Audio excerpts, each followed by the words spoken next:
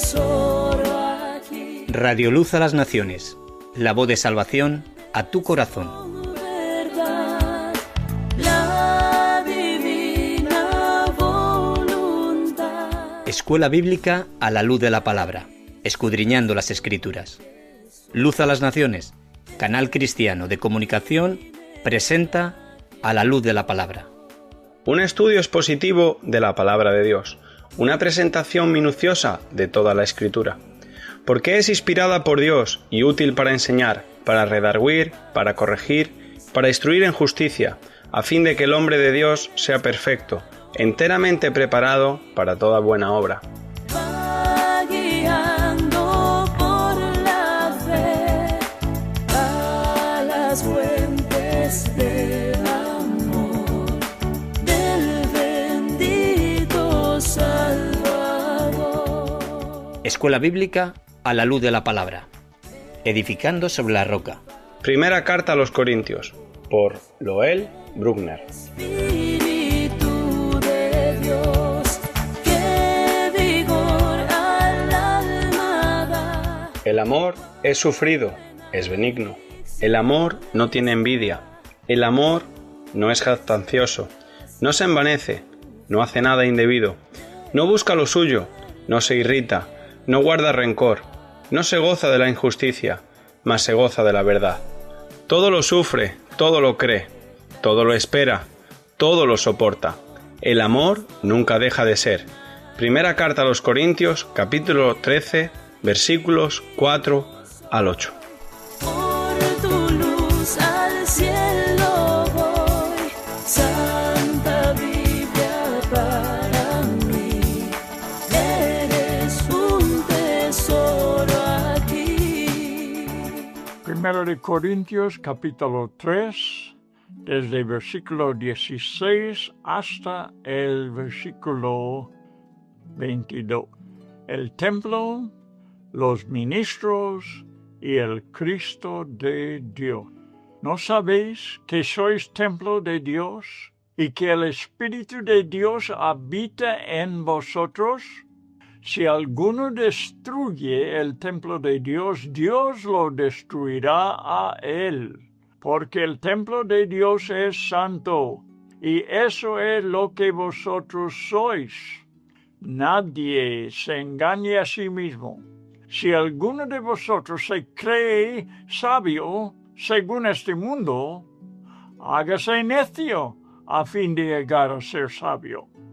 Por la sabiduría de este mundo es necedad ante Dios, pues escrito está, Él es el que reprende a los sabios en su propia astucia. Y también el Señor conoce los razonamientos de los sabios, los cuales son inútiles.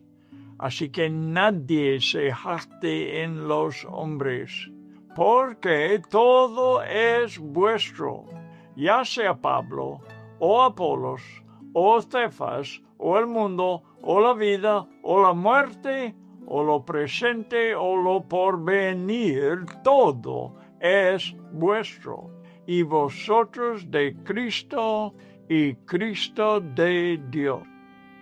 Dios no escatimó absolutamente nada al traer la salvación al hombre. Romanos 8:32 dice, Él que no eximió ni a su propio Hijo, sino que lo entregó por todos nosotros. Trabajamos con Él, mientras Él edifica su templo. También nos dio lo mejor para llevar a cabo la construcción de su templo, por medio del evangelismo, las misiones, el discipulado y la edificación de cristianos. Derramó su Espíritu Santo.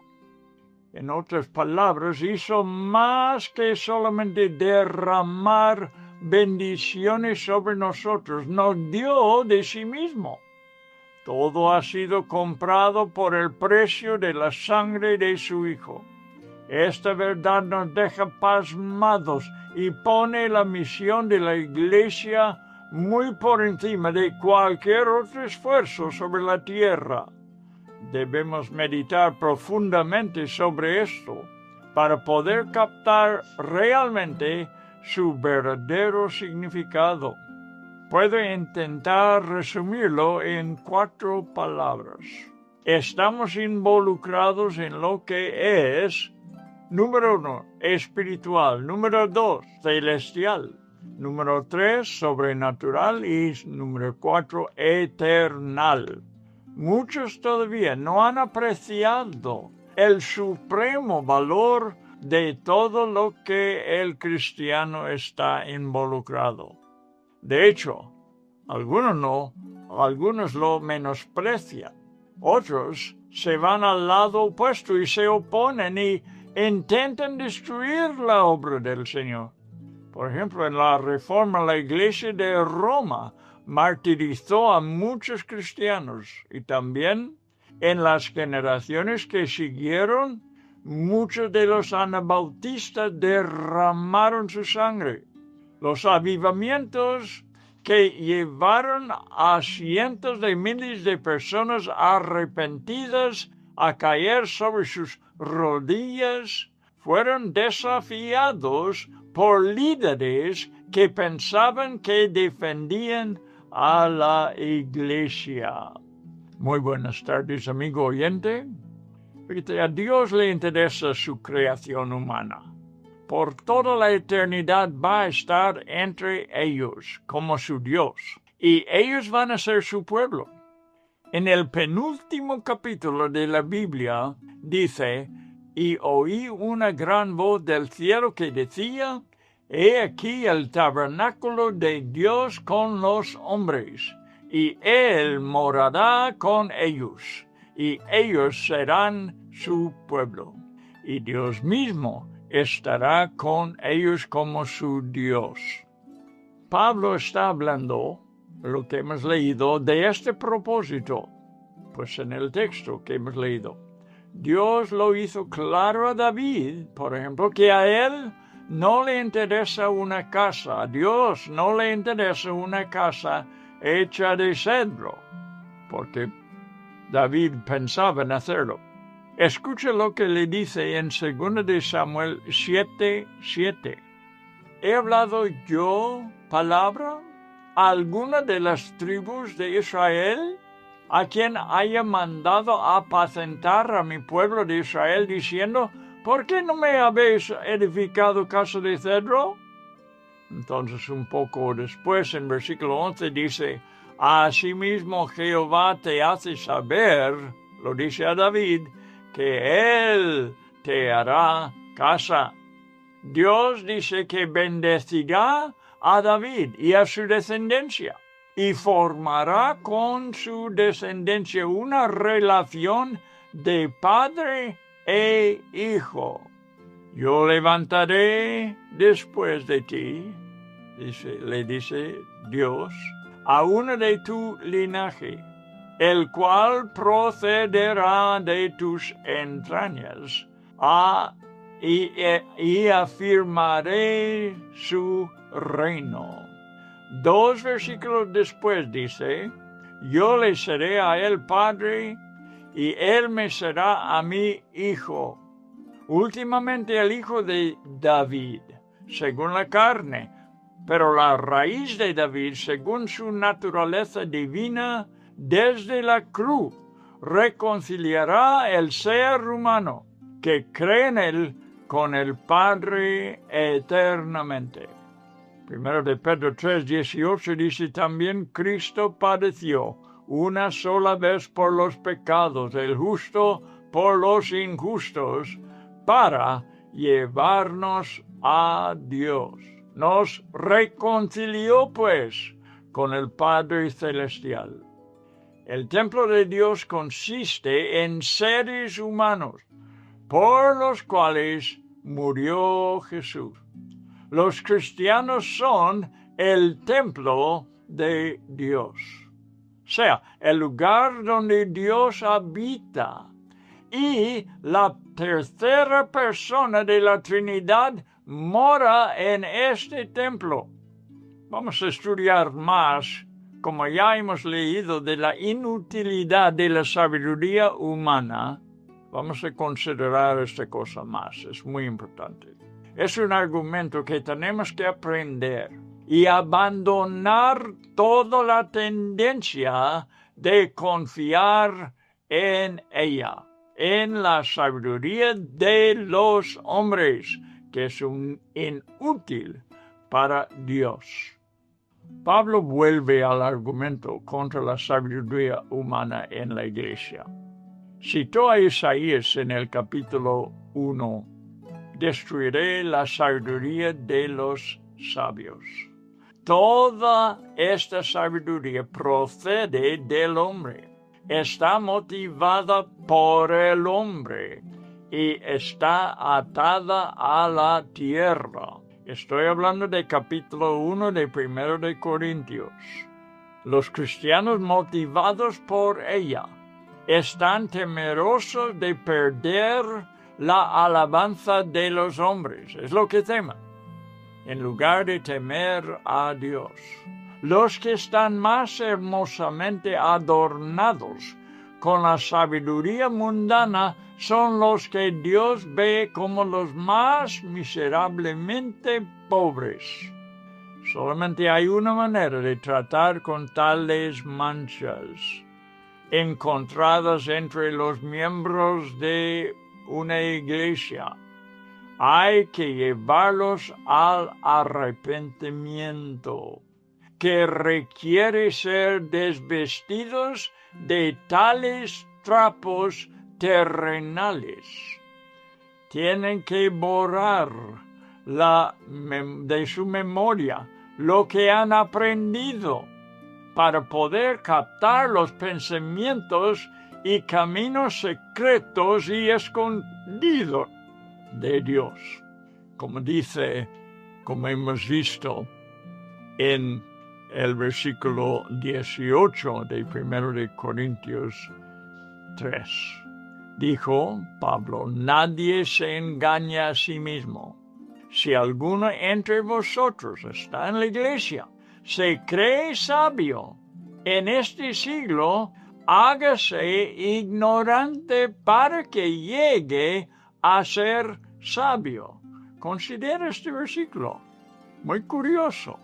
Si alguno ya se cree sabio, con sabiduría humana, con sabiduría terrenal, hágase ignorante o deshaga de esta cosa en su vida. Quita esta sabiduría de vuestro entendimiento para que llegue a ser sabio según Dios, sea sabio en las cosas espirituales, mucho mejor que ser sabio según las cosas temporales de esta tierra. Debemos volver a los comentarios de Wiersbe. La vez pasada había citado algo de Wiersbe, los encuentros muy importantes sobre los versículos 19 y 20 de nuestro capítulo. 3:19, 1 de Corintios 3:19, advierte que la sabiduría del hombre solamente le atrapará. Y 1 de Corintios 3:20 avisa que la sabiduría del hombre solamente conduce a la vanidad y futilidad. Estamos hablando de las cosas de Dios. Y en estas cosas la sabiduría humana no haya ningún éxito. No le sirve al hombre. Y hombre, tenemos que aprender las cosas de Dios, las cosas eternas. Así que la sabiduría de este siglo no nos ayuda para nada. Si queremos una prueba de que la sabiduría del mundo ha atrapado a un gran porcentaje del liderazgo de la iglesia moderna, solo tenemos que observar la preeminencia de las reuniones de negocio, sobre las reuniones de la oración. Es la prueba. Los hombres prefieren discutir cosas entre los más sabios entre ellos en lugar de ponerse de rodillas y buscar la sabiduría que viene de Dios. Pablo concluye su reprensión, porque es una reprensión, contra la tendencia de argumentar y dividir en Corinto, porque es lo que están haciendo, debido a la lealtad a distintos hombres, Pablo mismo siendo uno. Lo ha relacionado a la carnalidad, así lo llamó Pablo, carnalidad, y ha demostrado su naturaleza combustible delante del tribunal de Cristo. O sea, todo eso será quemado. Es de naturaleza combustible, la sabiduría humana. El apóstol intenta mostrarles que no hay por qué estar discutiendo.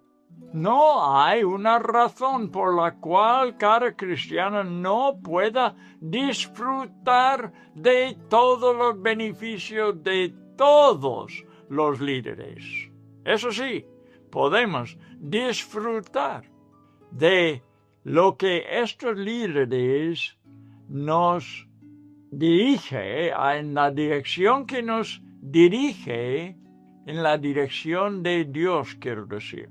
Dios ha puesto a todos a disposición de cada miembro y además toda la naturaleza y eventos del mundo están ordenados por Dios para el beneficio de su iglesia.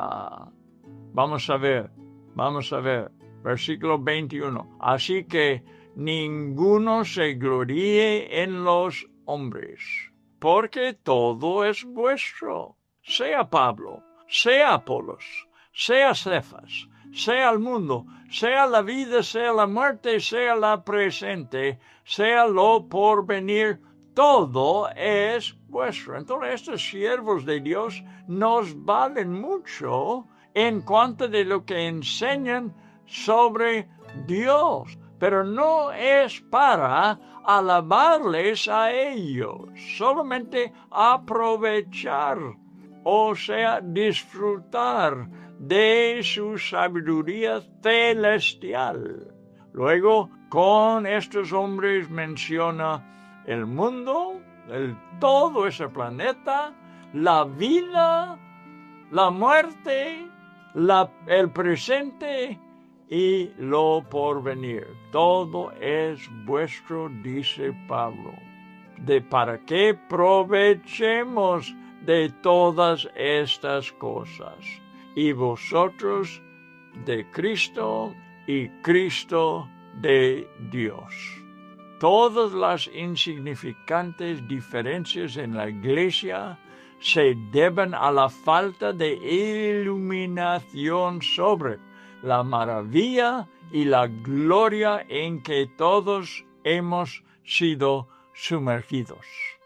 En este artículo he intentado, en estos dos programas, el pasado y ahora, he intentado arrojar un poco de luz sobre estos beneficios.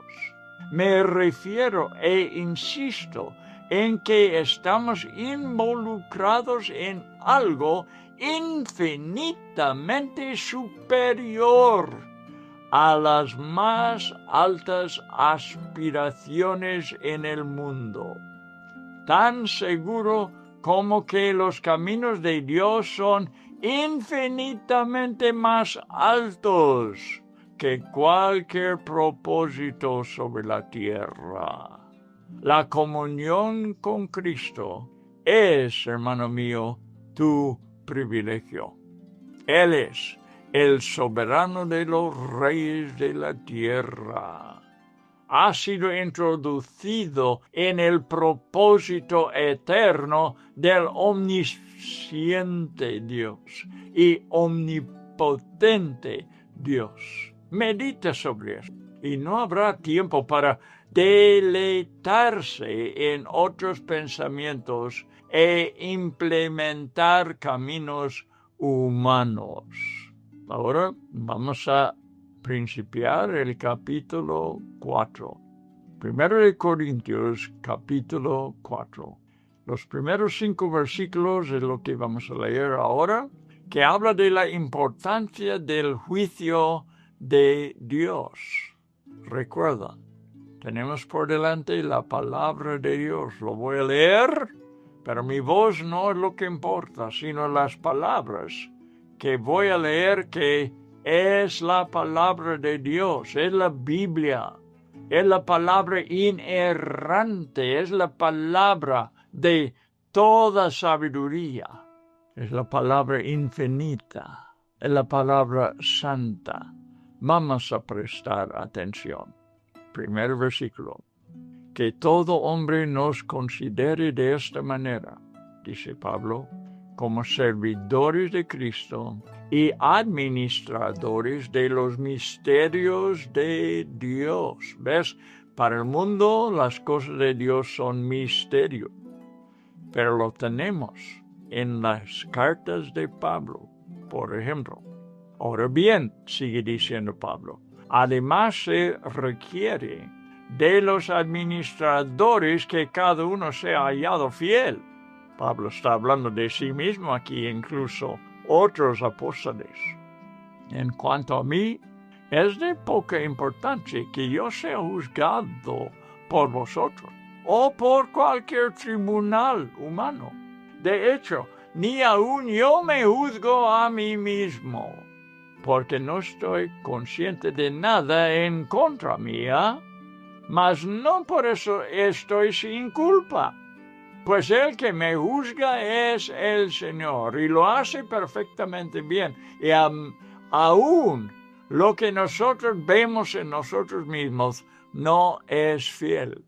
Entonces Pablo dice, no me juzgo a mí mismo, porque Dios sabe perfectamente cómo soy, está diciendo. ¿Ves? Otra vez está hablando de cómo falla la sabiduría humana, y por eso tampoco a Pablo le importa que otros le juzgan, porque le juzgarán con sabiduría terrenal. No importa, las cosas de Dios son los que importan, las cosas espirituales, las cosas que son para el hombre misterios. Tenemos el privilegio de meternos en tales misterios, que son misterios para el mundo. Aún los más inteligentes no pueden apreciar lo que Dios ha puesto delante de nosotros.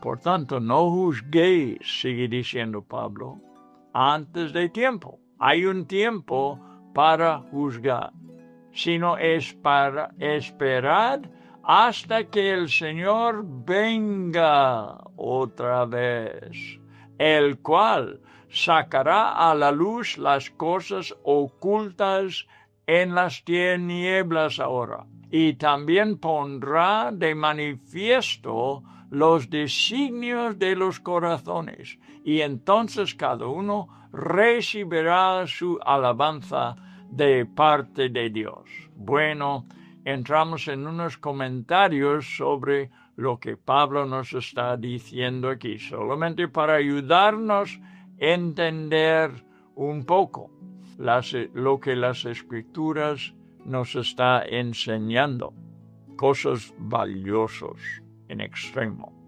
¿Cómo debemos considerar a aquellos que son llamados al ministerio?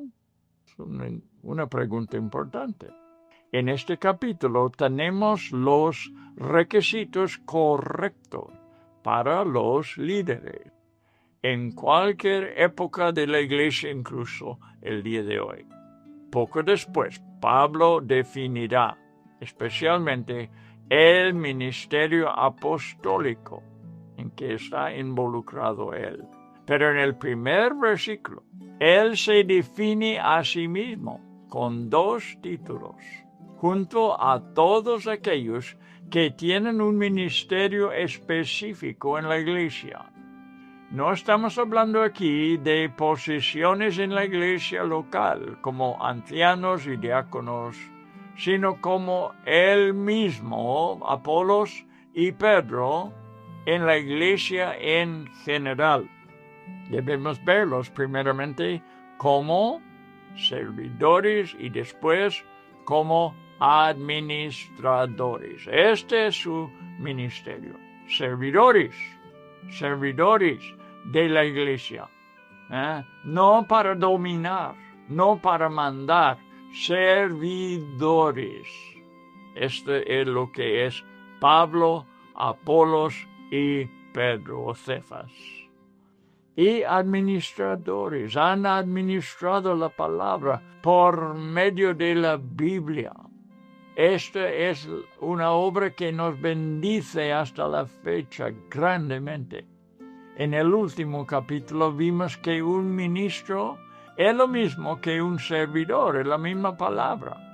Servidor quiere decir cada ministro, cada pastor, cada persona en la iglesia que tiene alguna posición es nada más que un servidor. Y si él intenta de lograr más como control sobre la iglesia, es falso su intención. Cada ministro, cada pastor, cada uno en la iglesia que sirve a la iglesia es un servidor. Y ahora, seguimos viéndolo así.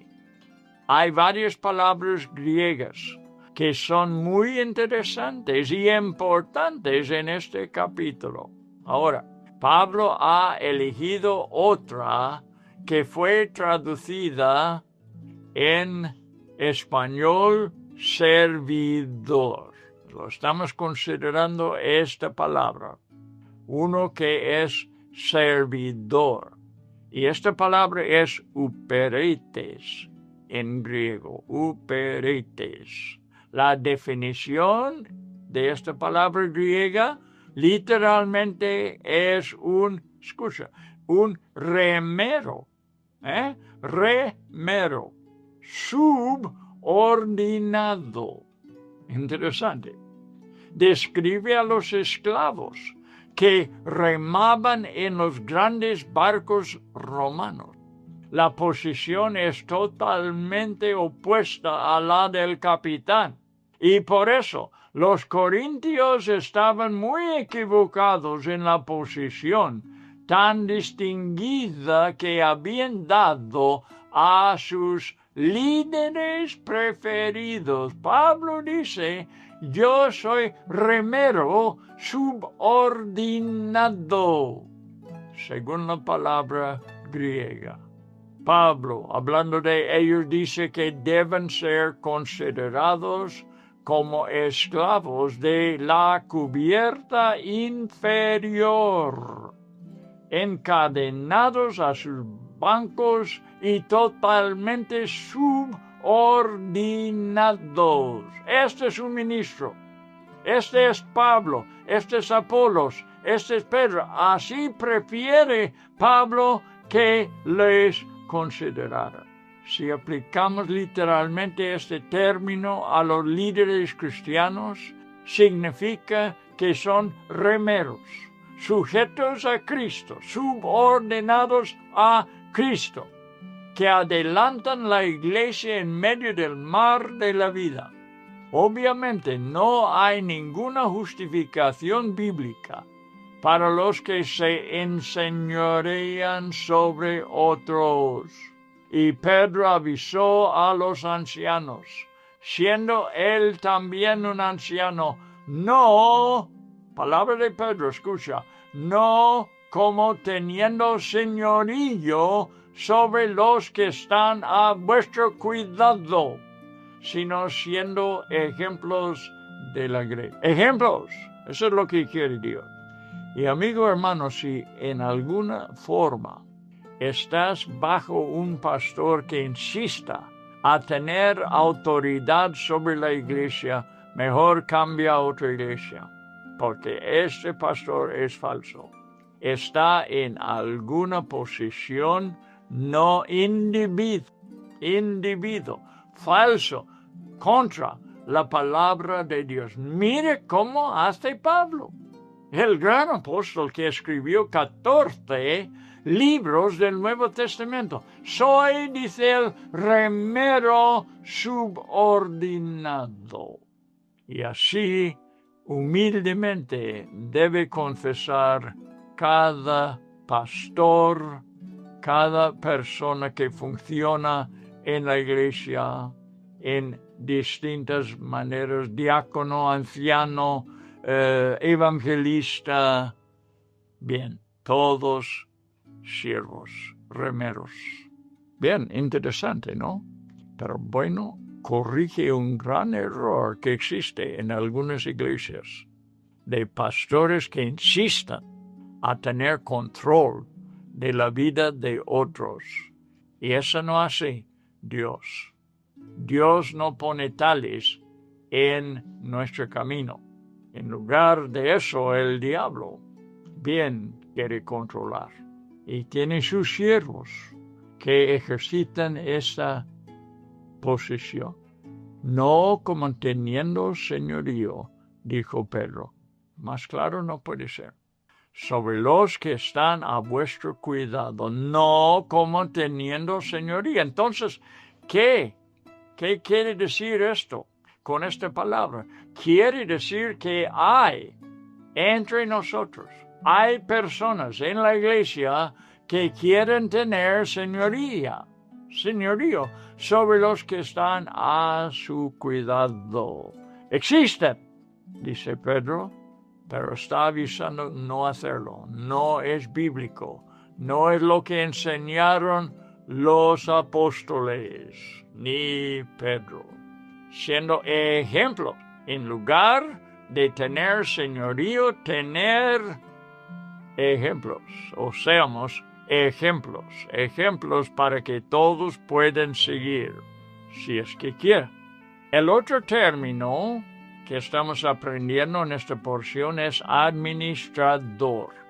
Los administradores eran como gerentes de casas de familias nobles. Administrador eran como gerentes de casas de familias nobles. Bien, bajo la autoridad de la cabeza de la casa.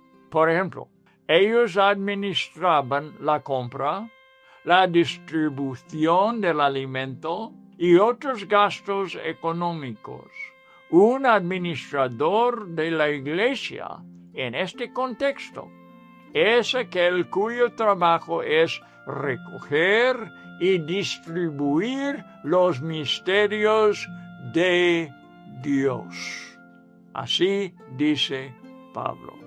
Poder compartir con los hermanos las cosas preciosas de Dios que son misterios para uno que no tiene que no ha nacido de nuevo, no tiene la mentalidad de un cristiano, o como Pablo lo dice, que no tiene la mente de Cristo. El administrador como Pablo, lo voy repitiendo porque queremos apreciar lo que tenemos, lo tenemos en la Biblia.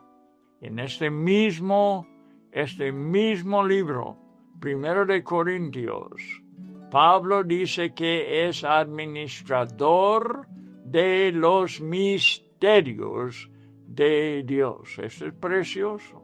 Esto quiere decir que tenemos a nuestra disposición algo que en el mundo no se halla en ninguna parte. Es misterio para todo el mundo, pero Dios nos está revelando sus secretos. Y Pablo los administraba. Lo hace bajo la dirección del Espíritu Santo. Pablo lo hace. quien le revela los secretos. Después, el administrador tiene que distribuirlos para el beneficio del cuerpo de Cristo. Es un siervo de Cristo y de la iglesia. Este es lo que es un líder.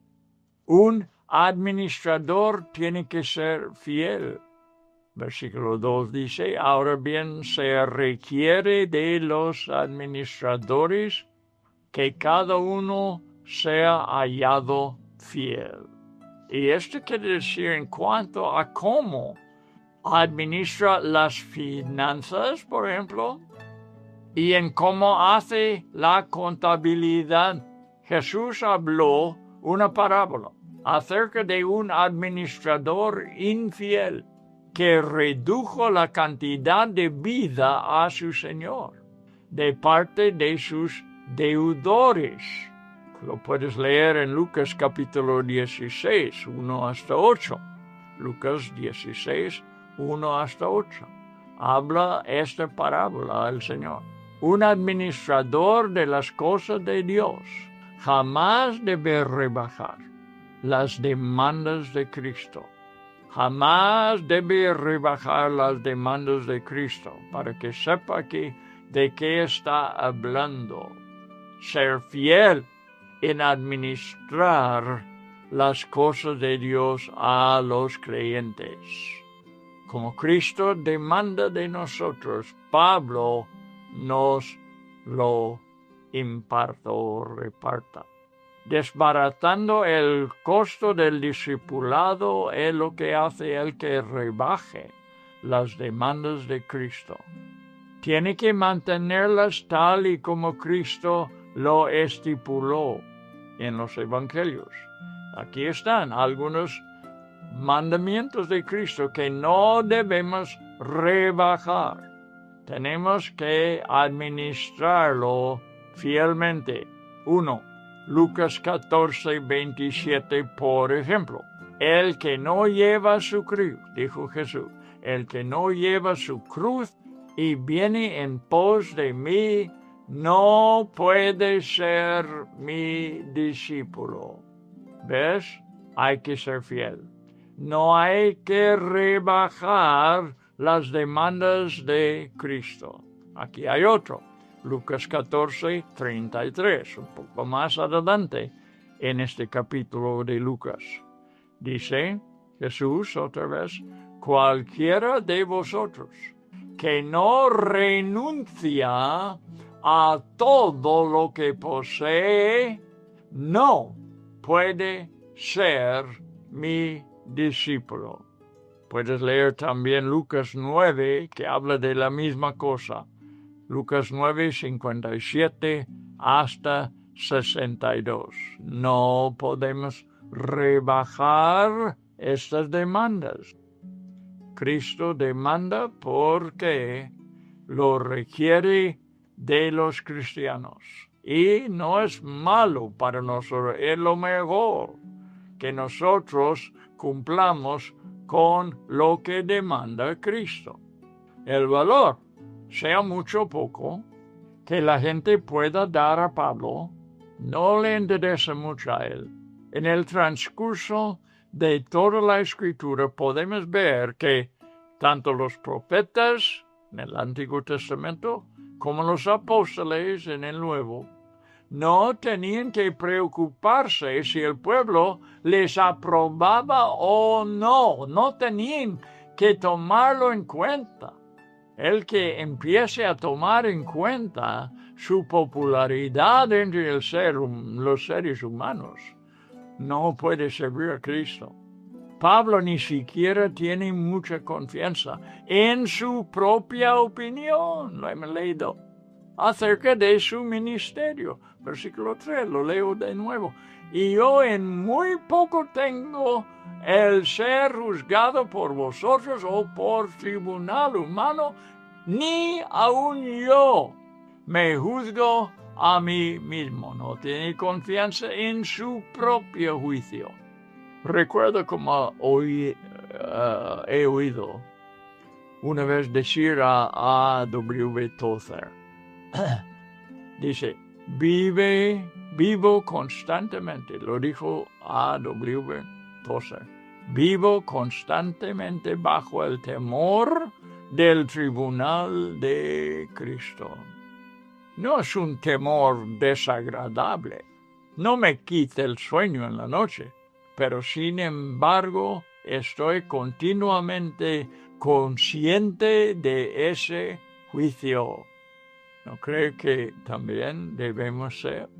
Este hecho no debe producir una falta de cuidado ni eliminar el autoexamen. Pablo se examinó y sin embargo no estaba consciente de ningún fracaso o mala acción por su parte. Si hubiese encontrado cualquier error o pecado, hubiera tomado las medidas oportunas para librarse de ello. Lo que quiere que veamos aquí, en lo que está enseñando, es que Dios es el último juez. Aun si la persona cree que está limpia en cuanto a lo que sabe de sí misma, ante los ojos de Dios, que todo lo ve, no puede estar seguro de que el veredicto en su caso será no culpable. Versículo 4 lo leeremos otra vez. Porque aunque de nada tengo mala conciencia, no por eso soy justificado.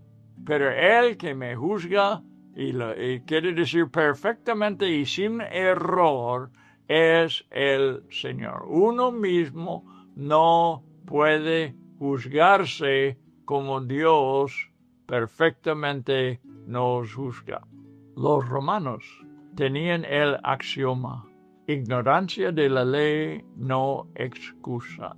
Y David, el salmista, cuestionó en Salmo 19:12, ¿quién podrá entender sus propios errores? Líbrame de los que me son ocultos. Esta sí es una oración verdadera, una oración humilde. Líbrame de los que me son ocultos. Y el siguiente fue su oración. Salmo 139, 23 y 24. Muy valioso. Escudriñame, oh Dios, y conoce mi corazón. Pruébame y conoce mis inquietudes. Y ve si hay en mí camino malo. Y guíame en el camino eterno. Otra vez, humildad. Que Dios nos libra, aún de las cosas ocultas en nuestras vidas.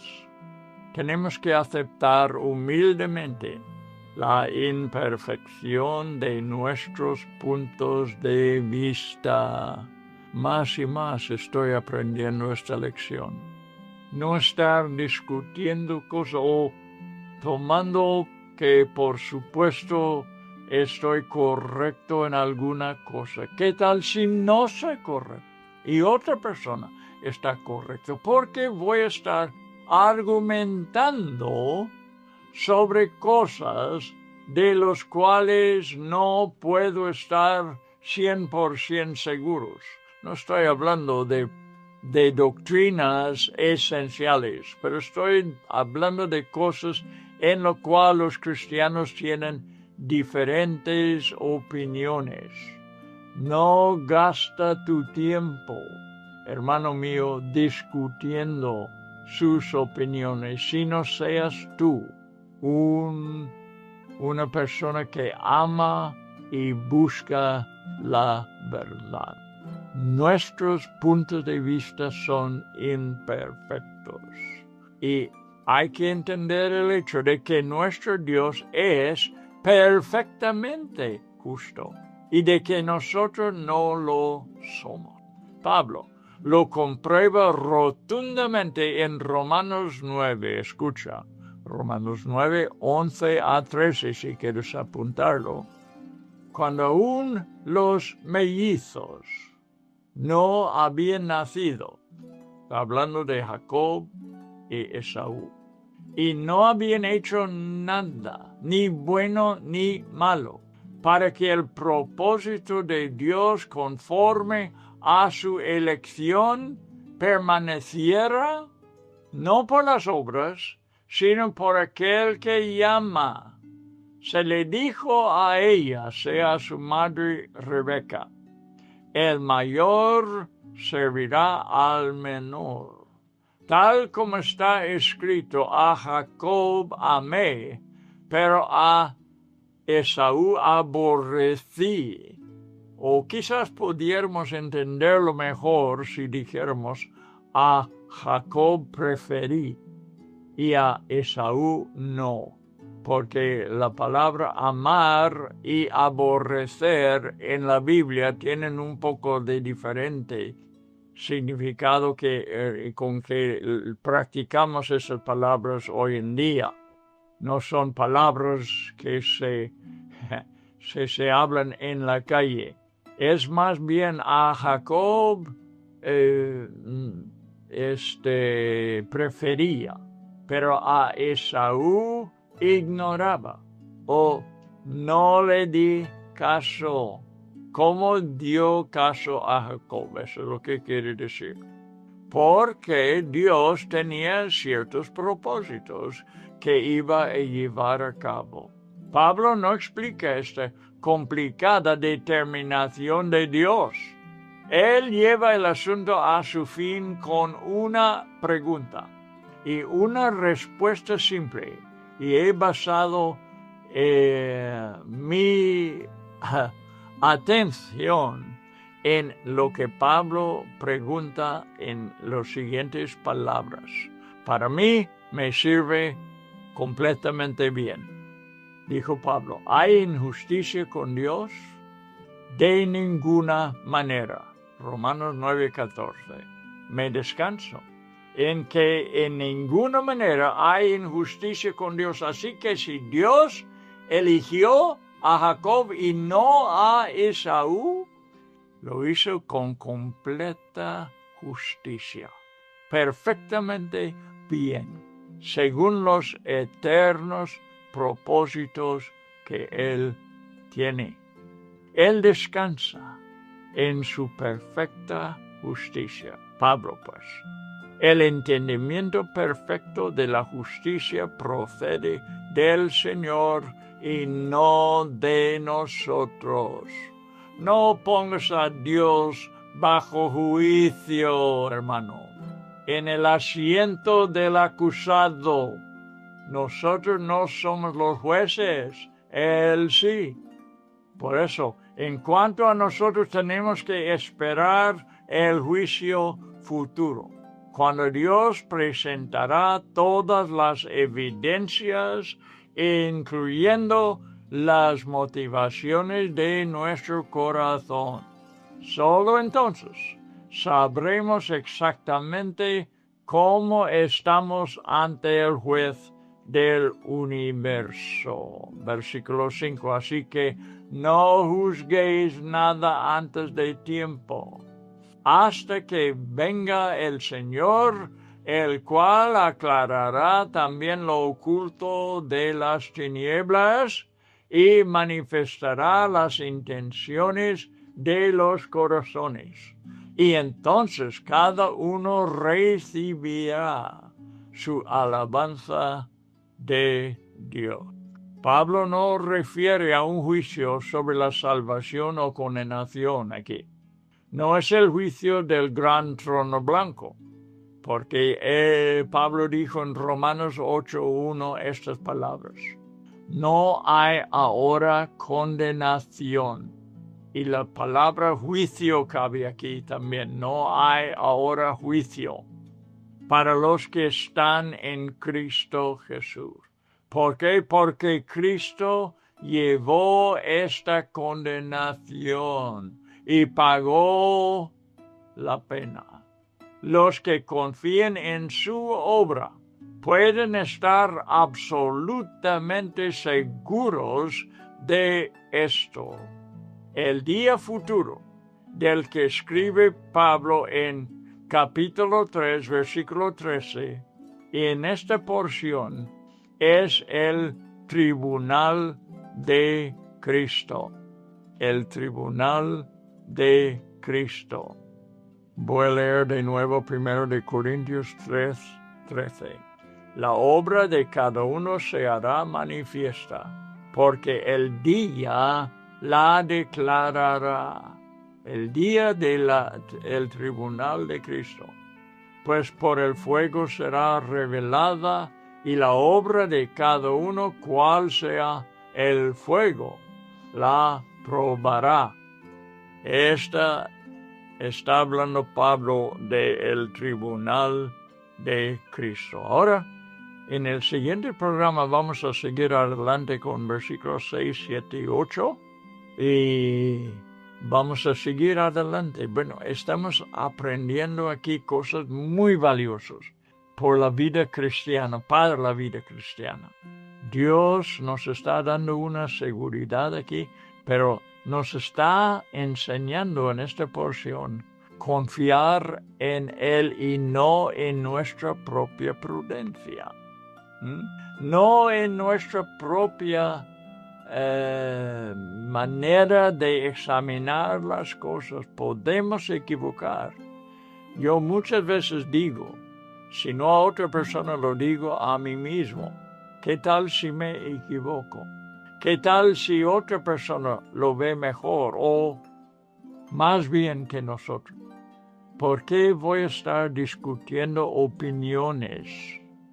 Debemos estar seguros en Dios, quien juzga todo, 100% justamente.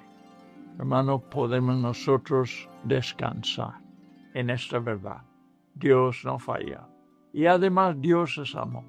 Aquí vemos que no condena aún al cristiano que trabaja según la carne. Y dice Dios que su obra será quemada porque es de la carne y eso no vale en la eternidad. Pero no dice que condenará a la persona.